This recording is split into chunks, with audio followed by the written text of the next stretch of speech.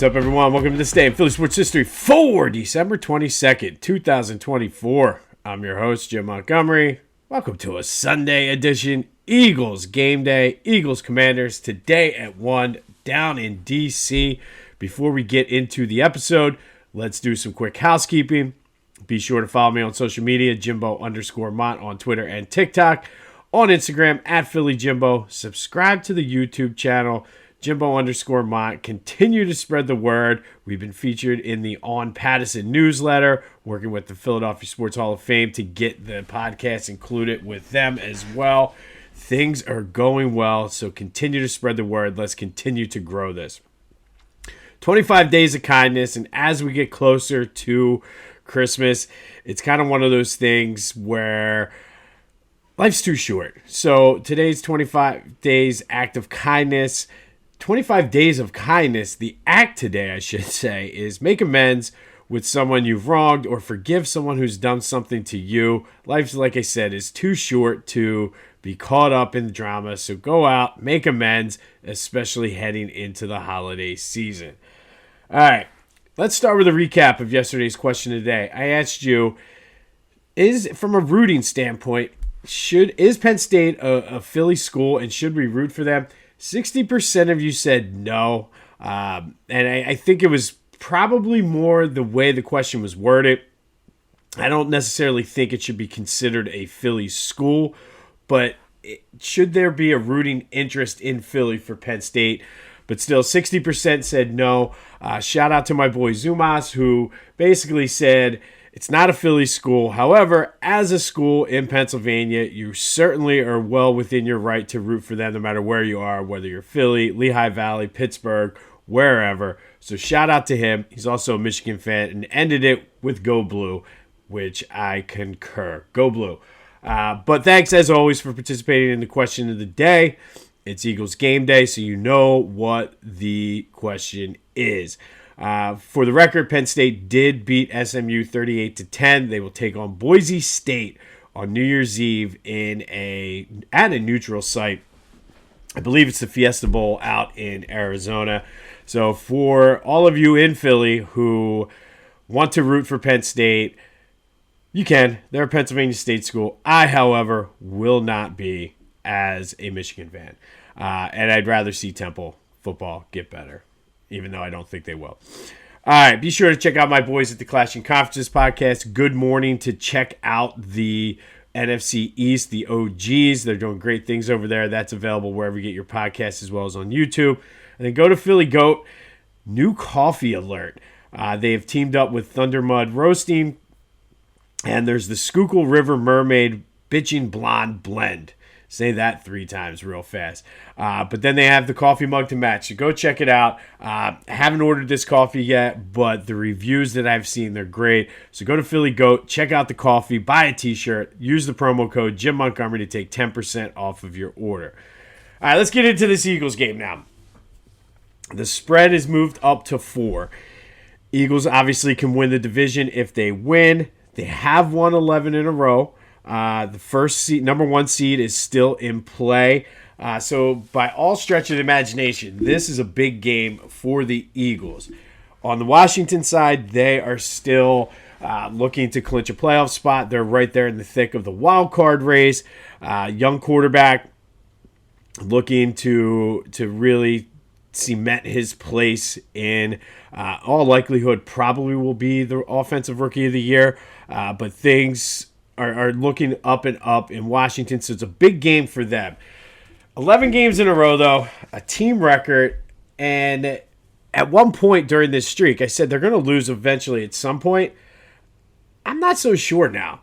The way I've seen this team play over 11 games, it's amazing to me. They're doing it in all aspects of the game, all different ways. They've won a couple close games where maybe they shouldn't have been close, but they were able to stay with it and then pull away at the end. They've won a couple blowouts.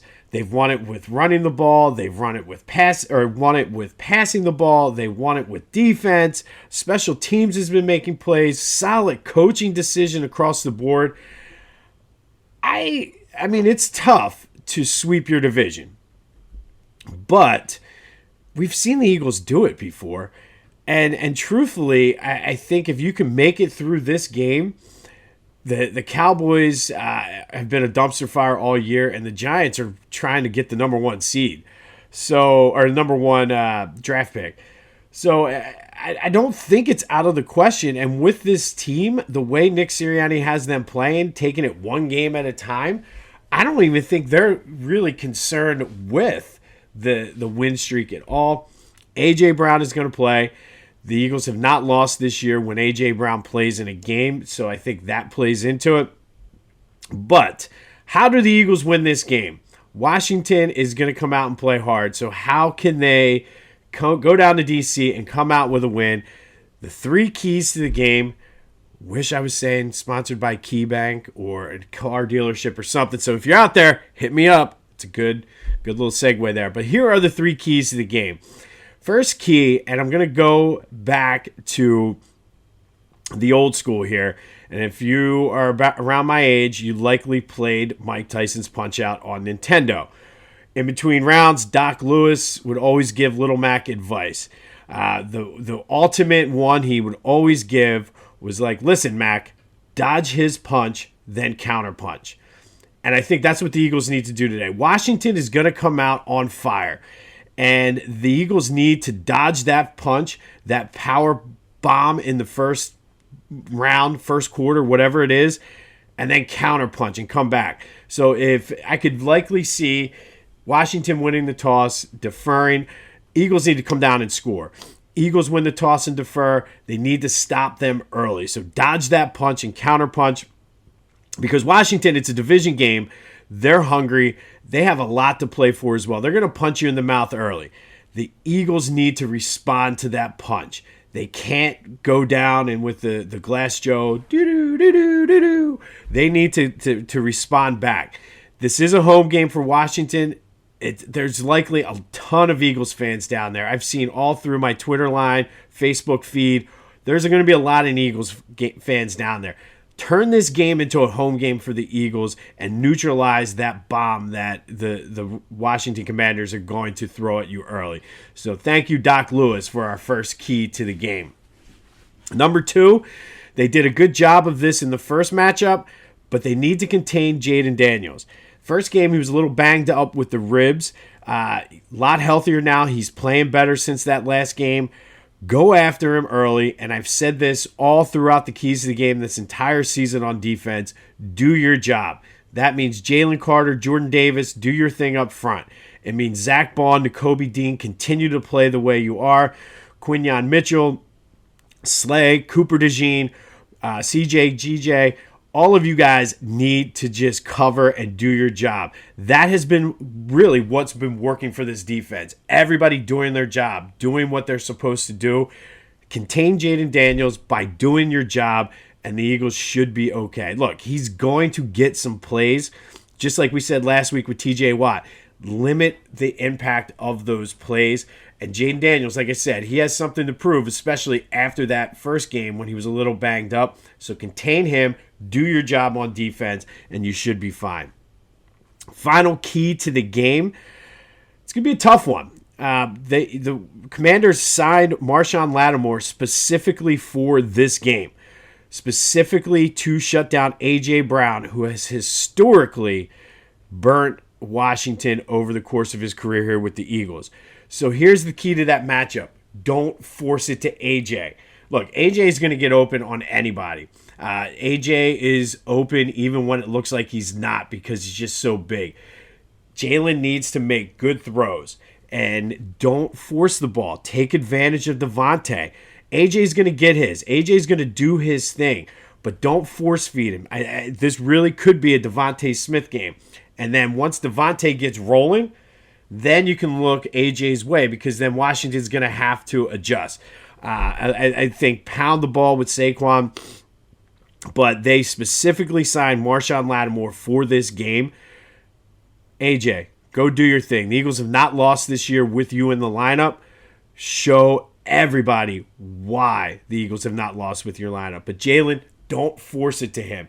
Don't force the ball to AJ. Use Devontae And like I said, AJ's going to get open at some point eventually. Anyway, Lattimore's a little bit older. He's a couple games removed from coming back from injury. But exert your dominance on the Washington defense today. So those are your three keys to the game. Dodge the punch, then counterpunch. Contain Jaden Daniels. Do your job on defense. And then don't force it to AJ. AJ's going to get his, but use Devontae in the passing game. And then, of course, pound the rock to Saquon. Wear this team down like you've done so many teams this year. And the Eagles should be able to win this. So what is our prediction? We're 7-7 on our official bets this year. And like I said, at one point I thought there was going to be a time the Eagles were going to lose during this streak. I don't know. I really don't know. This team the vibes right now with this team are off the chart. And the spread's 4. I think it's going to be the typical Eagles blueprint that they followed pretty much throughout this entire 11-game win streak. Wear them down, pull away in the fourth quarter. And until they prove me wrong, I cannot pick against the Eagles today. Take the Eagles minus the 4. We win the division. Hopefully things break our way with Minnesota and Detroit, and we have a clearer picture of what needs to be done for the number 1 seed. So that's where we're going with it. Eagles minus 4 today. I can't pick against them at this point until they prove me wrong. Laid out the blueprint. They've already beaten them once. Yes, Marshawn Lattimore's there. Yes, Jaden Daniels healthy. I just don't think Washington is quite ready for prime time yet. This team's going to be dangerous in the future, but I ain't worried about next year yet. I'm worried about this year and winning the Super Bowl. And until the Eagles prove me wrong, I cannot pick against them. Take the Eagles minus the 4. I actually do like the over in this game. I think last I saw it was 46.5. I think the Eagles are going to put up some points today. I think we're going to see one of those statement games where everybody starts believing, and all of a sudden the rest of the NFL is like, not that they're not yet, but I think the rest of the NFL is going to be like, oh shit, this team is good. But what do you got for the game? Give me your thoughts, predictions, whatever you want on the Back to the Future voice and text line. Text me, call me, 267-495-8531. That'll get you in. That, anything else Philly sports related off your chest, want to talk more about the Penn State, you can do that as well. But who do you got for the game today? Eagles, Washington. What is your prediction? Who's going to be the predicted GOAT of the game? We always vote on the GOAT tomorrow. But who do you got for the GOAT? But we're going Eagles minus 4. They continue to roll. Bring home the NFC East. Check another thing off the box. And then have our sights focus on that number 1 seed. All right, Flyers in action last night against the Columbus Blue Jackets. Flyers did a very nice tribute to Johnny Gaudreau, playing against his former team, the Columbus Blue Jackets. Very emotional night at the Wells Fargo Center. Flyers got off to a little bit of a slow start, got down 2-0 after 2 periods. However, they came from behind, they battled back, and had their own. I told you yesterday they need to limit the Little League period. They had their own Little League period. They scored 4 goals in the third period to send this game to overtime, and then Owen Tippett with the game winner in overtime gives the Flyers the points, and they move on. So good fight from the Flyers yesterday. Would have been very easy looking ahead to the Christmas break for them, but they battled back, won it in overtime. Tippett had himself a night, had the game winner, added 3 assists. Travis Konecny added 3 assists of his own. And then Monday night, tomorrow, they go out to Pittsburgh to take on the cross-state rivals, the Pittsburgh Penguins, before they get a nice little break for the Christmas holiday. But Flyers win 5-4 in overtime. Owen Tippett with the game winner. The Flyers scored 4 goals in the fourth period to send the game into overtime, and then Tippett with the game winner in OT. Sixers it didn't fare as well. 126-99 against the Cavs. Cavs are the best team in the NBA right now. Paul George, though, struggled a little bit. Tyrese Maxey played well, 27. Obviously, there was no Joel. Cleveland hit. I don't know what the final number was, but I was flipped it on for a minute just to see, and the Sixers were down like 25 points. But I heard them say, Allah said that the Cavs had hit like 23 pointers. It's hard to beat any team when they're hitting 23 pointers, but I guess no shame in losing to the Cavs. I don't know. So maybe we'll see Joe twice this week. The Sixers are in action tomorrow night against the Spurs. I believe that game's at the Wells Fargo Center, and then they ship up to Boston on Christmas Day to take on the Celtics. I can guarantee you Joe will play in that game. If he doesn't, there's something wrong. I think that would be the game that if you're going to manage his load management, that's where he needs to play, is up there in Boston. But it's just every time I kind of get in on this team, something like that happens. And I was all ready, and then no Joe, and they look lost without Joe. It's just one of those things that I can't put my finger on it. But we'll see tomorrow night against the Spurs. All right, so my Temple Owls lost to Rhode Island yesterday in a game they had a lead at halftime. I bring that up because they're still stuck at 2,000, or I shouldn't say still stuck, but they're still at 2,000 wins all time in school history. But I say that because today we're going to go back to 2014. And on this day in 2014, one of the more memorable wins of the 2000, Temple welcomed number 10 Kansas to the Wells Fargo Center. Everyone expected Kansas to just run Temple out of the building. Kansas was a good team at that point. Nationally televised game on ESPN2, but instead it was all Owls. They led by 10 at halftime and then just continued to pull away in the second half en route to the 77-52 win. The students rushed to the court, rightfully so. Will Cummings had 19, Quentin DeCozy 18, Jesse Morgan had 17. It was the sixth time in 7 years that Temple had knocked off a top 10 team. If you remember, if you're a Temple basketball person, they went through that run where every year they had at least one top 10 team on their schedule, and they won it every year. Whether it was Nova, Kansas, one year they knocked off Duke, didn't matter. The Owls were good for one top 10 win a year. Unfortunately for this team, the 14-15 Temple Owls, it did not end with a berth in the NCAA tournament like it did the previous times, despite the fact the Owls went 26-11, 13-5 in the American, got all the way to the semis before they lost to SMU, who ended up winning the league and were a top 25 team themselves. That Temple team went to the NIT semifinals. It was kind of like one of those typical Fran Dunphy years, though. And if you've listened to this podcast or know me, you know I'm not a huge Dunphy fan at all when it comes to his coaching tenure at Temple. Nothing against the guy, just not a Dunphy guy at all. But on this day, the Temple Owls knocked off the number 10 team in the country, 77-52 at the Wells Fargo Center. Just a thorough domination of the Kansas Jayhawks.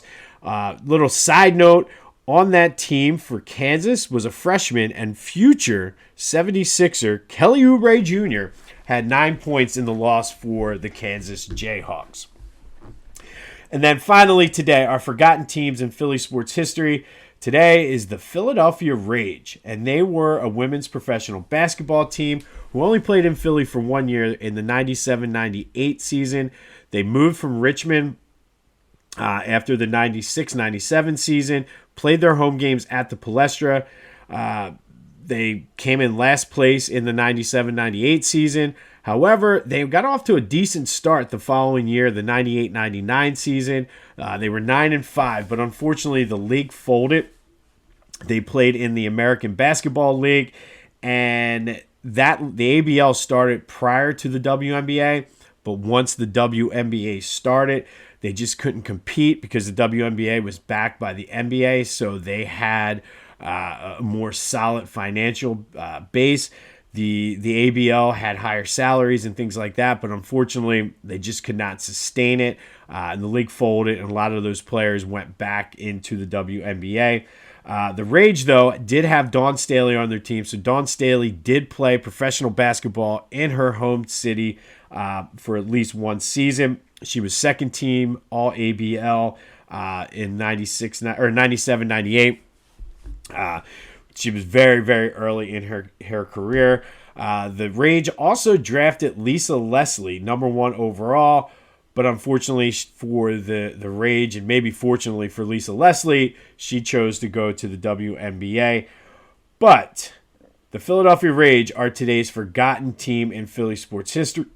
Now that the WNBA is way more established and way more on firmer ground, the fact that 76th place is gotten the okay from the city, would love to see a WNBA team come to Philly. Would love to be able to take the kids down there.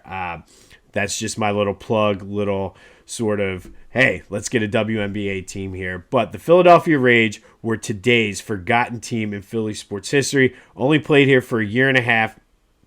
But Dawn Staley was on that team. Good for her to be able to play professional basketball in her home city. But the Philadelphia Rage of the old ABL, the Women's Professional Basketball League that preceded the WNBA, and then unfortunately just could not compete. On this day in 2014, my Temple Owls knocked off the number 10 Kansas Jayhawks 77-52 down at the Wells Fargo Center. Unfortunately, it did not go well the rest of the season as they got left out.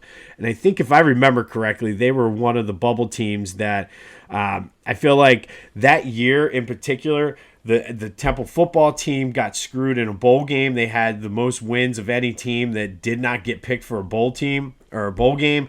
And then the Owls got knocked out or left out of the NCAA tournament after having a better resume. I could be wrong on that.